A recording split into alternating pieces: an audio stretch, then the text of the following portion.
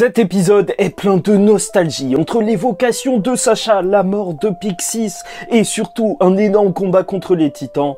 Ça fait plaisir.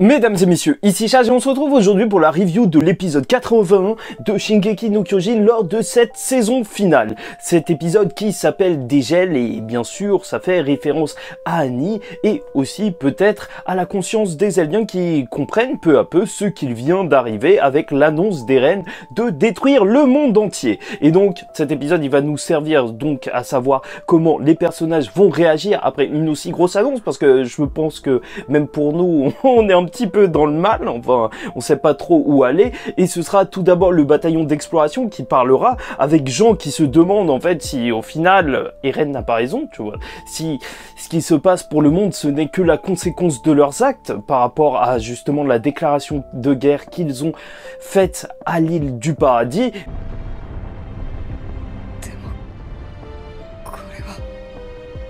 Mais je pense que la clé, en fait, pour comprendre tout cet événement, en tout cas, moi, je rejoins plus le parti d'Armin qui dit que, ok, bien sûr, il faut combattre, mais c'est disproportionné, c'est le mot qu'il utilise, et je pense que, franchement, c'est bien adéquat parce que...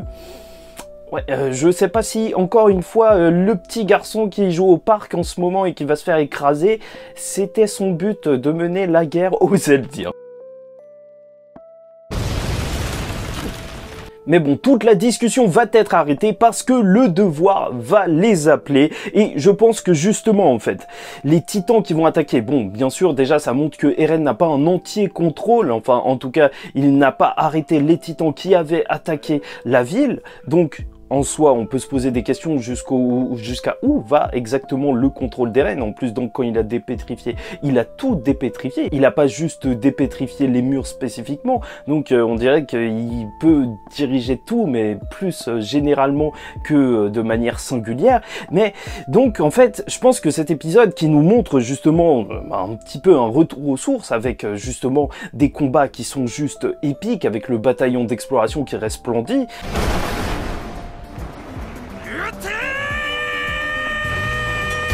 J'ai l'impression que c'est un petit peu une manière de nous rappeler qu'on est dans le camp du bataillon de l'exploration dans toute cette grande guerre. Enfin, en tout cas, Isayama nous met dans l'angle du bataillon d'exploration plus comme des héros. Parce que là, les affrontements qui vont suivre, c'est des affrontements qui nous rappellent cette bonne époque où t'affrontais juste des mecs tout nus géants et c'était beaucoup plus simple que ce soit avec les barricades où tu les vois en fait maintenant resplendir, tu vois, encore l'ancienne stratégie de Jean, mais cette fois avec leurs lances foudroyantes et tout, ils sont vraiment coordonnés, ils font vraiment super plaisir à voir. Mikasa qui va sauver Louise encore une fois, mais cette fois bien sûr en tant qu'adulte.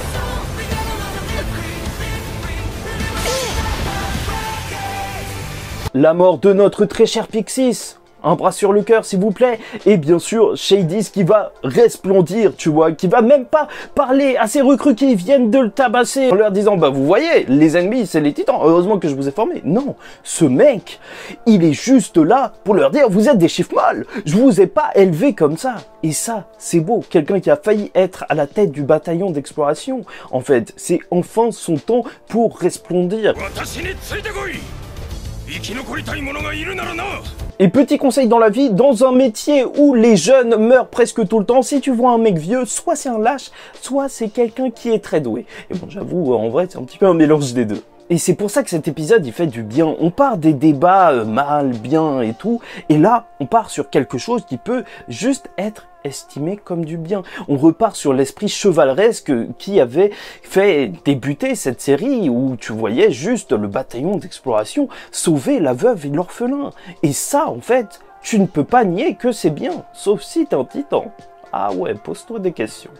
Et bien sûr, toute cette évocation va se faire avec la petite OST, elle nous a mis bien, hein, l'ancienne OST, elle nous a mis très très bien. Mais on va aussi voir un début de réaction de la part des Mars, on voit des Eldiens qui habitent chez les Mars avec le père Léonard, donc le père d'Annie, qui sent la menace arriver.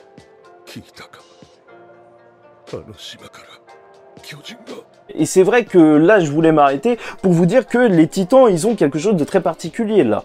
Parce que les colossaux qui arrivent, c'est plus comme avant en fait. Les titans n'attaquent plus dans un but manger les humains ou quoi que ce soit. Non, là en fait, c'est extrêmement flippant de se dire que c'est des titans géants, colossaux, qui vont venir, qui vont marcher en fait, et un petit peu à la manière d'une catastrophe naturelle. Bah, il n'y a pas trop de moyens de l'arrêter, en fait. C'est un petit peu comme si le destin venait et que, au revoir, tu vois. J'ai hâte de voir des scènes où les gens vont se dire au revoir, où les gens vont gueuler de peur. Enfin, franchement, c'est la fin, quoi. Et donc, Annie va se réveiller à la fin de cet épisode en parallèle de son père. Et franchement, en fait, l'arrivée d'Annie, elle est pas du tout anodine. Pourquoi nous la faire revenir à ce moment-là? Je ne pense pas que c'est pour mourir, mais déjà, ça nous apporte un point de vue sur le tout début, justement, de l'attaque des Titans. Si cet épisode, il nous rappelle ça, bah, Annie, ça l'est encore plus, en fait, parce que elle en vient, tu vois. Elle n'a pas vécu les événements, en théorie, en tout cas. Et en plus, ça nous permet d'avoir un point de comparaison avec Eren. Parce que je vous rappelle que Annie, si elle est là, si elle est enfermée, c'est parce que le Eren, à la fin de la saison 1, il avait dit certes qu'il voulait la tuer, mais quand il l'a vu pleurer, il s'est arrêté. Et ça l'a fait bugger, et Annie a eu le temps de se protéger. Alors que maintenant, le Eren est dans un tout autre état d'esprit. Sans état d'âme, il va tuer toute l'humanité, enfin, tout ce qu'il en reste en dehors des murs, enfin, ce qu'il en reste, énormément de personnes, en fait, c'est eux qui en restent, mais je pense que ça laisse à réfléchir sur le changement de pensée d'Eren. Après, oui, il faudra voir comment ça va se goupiller, si elle va essayer d'affronter Eren ou essayer de sauver son père, parce que on a une solution qui nous est offerte par Reiner qui est avec Gabi, parce que Reiner, il lui dit, ouais, va chercher Pieck et Falco et rendez-vous à l'aéronef. Donc, il y a un avion pour pouvoir s'enfuir de l'île, et c'est vrai qu'un avion, en plus, je trouverais ça assez pratique pour attaquer des titans géants. Et à ce moment précis, en fait, alors que Gabi se rend compte que tout le monde va mourir, elle va juste s'attacher les cheveux devant un miroir.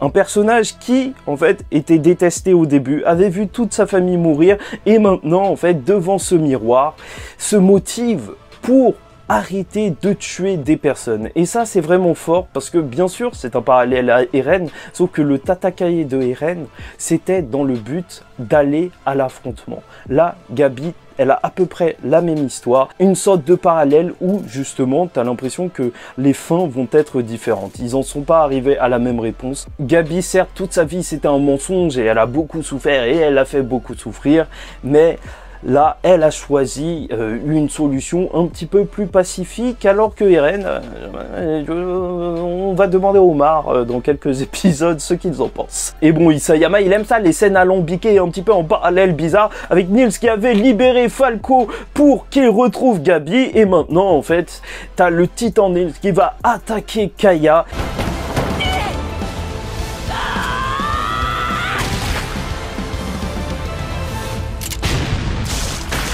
Et c'est Gabi qui va la sauver, comme Sacha l'avait sauvée. C'est un petit peu peut-être vicieux d'avoir Gabi qui se met un petit peu à l'image de Sacha, alors que c'est celle qui l'a tué, mais tout est réellement différent. Et tu vois qu'ils vont réussir à passer au-dessus, justement, de leurs problèmes, quand, justement, ils vont protéger Gabi en faisant croire qu'elle aussi, c'est une pecno venue d'une ferme de cochons, ou je ne sais quoi. Je pense que le discours avec Niccolo, il est vraiment très très fort, le fait que, justement, en fait, tout le monde a sa part en fait de démons en lui, et que justement en fait il faut pas en vouloir à toute l'humanité pour autant. Enfin, je pense quand même que après ce qu'il se passe avec Eren, si tu mets ça en parallèle, je pense qu'il y a un message assez fort.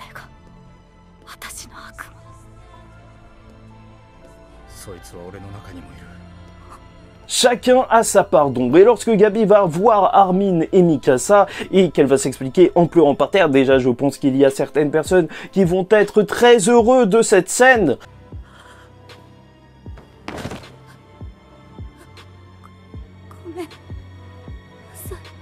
Parce que oui, les haters d'Abby, ça continue, mais quand même, c'est celle qui a réussi à couper la tête d'Eren. Et c'est vrai qu'on peut même se demander avec son parallèle si au final c'est elle qui va terminer Eren cette fois-ci, ou elle le prochain titan assaillant, mais je pense pas qu'il y aura une nouvelle génération de titans, enfin...